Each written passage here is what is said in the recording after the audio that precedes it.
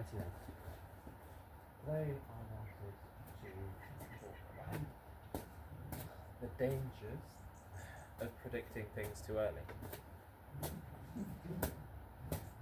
So I was watching a documentary about what's known as cybernetics, which was the idea in the 1970s that humans were essentially part of one large system. We were all cogs in the machines.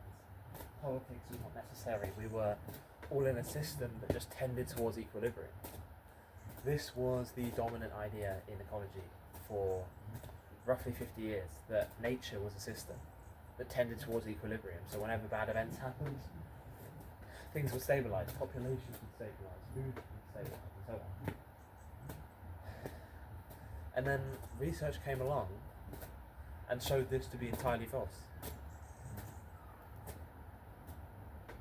Nature is not that stable ecosystem that ecologists believed it to be. It is dynamic, unstable, and constantly changing and adapting to circumstances that happen. And using cybernetics models, it was also predicted by the early 21st century, the 2010s or early 2020s that we're in now, the world would have completely collapsed. And as far as I'm aware, it hasn't yet. But like with nuclear disasters and the Cold War, people predicted, oh, the world's going to end. We're going to be in this crisis, nuclear meltdown.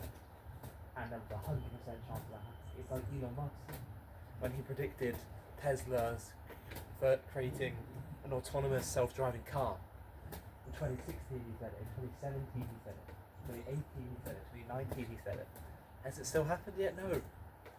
And that's not saying we don't need to believe in the mission, because there has to be that person that's saying the impossible is possible. But there are dangers that come with predicting too early. And there's another similar parallel to that, which is being right, but early. It's why Copernicus waited until his deathbed to publish his papers on the Earth going around the sun. And Galileo was battled his whole life with the church, trying to prove this. Now it's taken as fact, because it's right. But he was just early. And he took the brunt of the force for it. And it's sad that this is the case, that people aren't willing to challenge conventional wisdom, and that sometimes you will get a lot of backlash for it. And you will. That's just the nature of things. People don't like things that seem fundamentally true to be not. Albert Nicholson, when he opened a lab in Chicago in 1894, he said something along the lines of, the next discoveries in physics will be only for the 6th to the 6th decimal place, and how we knew everything we needed to know already. And then 10 years later, Einstein came along with his theory of relativity, one of the most groundbreaking things in physics. Change is always happening, and we like to believe that things are constant, and that things don't change, and the environment stays the same. And there are a lot of things that stay the same, but it's not everything. There are things that change, and change is often, and we have to be able to deal with it.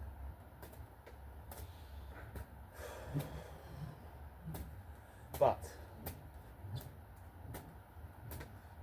there are, again, things that stay the same, like your table or your chair. Those have existed for thousands of years. We envisage these AI worlds where we don't need tables, chairs, cookware and things like that. But we still do. So not everything changes, but a lot of things do. And being right but early is something you might just have to keep to yourself.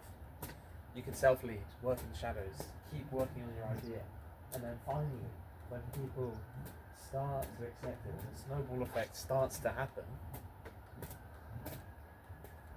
then you're ready. You're the one there who's ready to capitalise on the opportunity. because you prepared for it and other people haven't.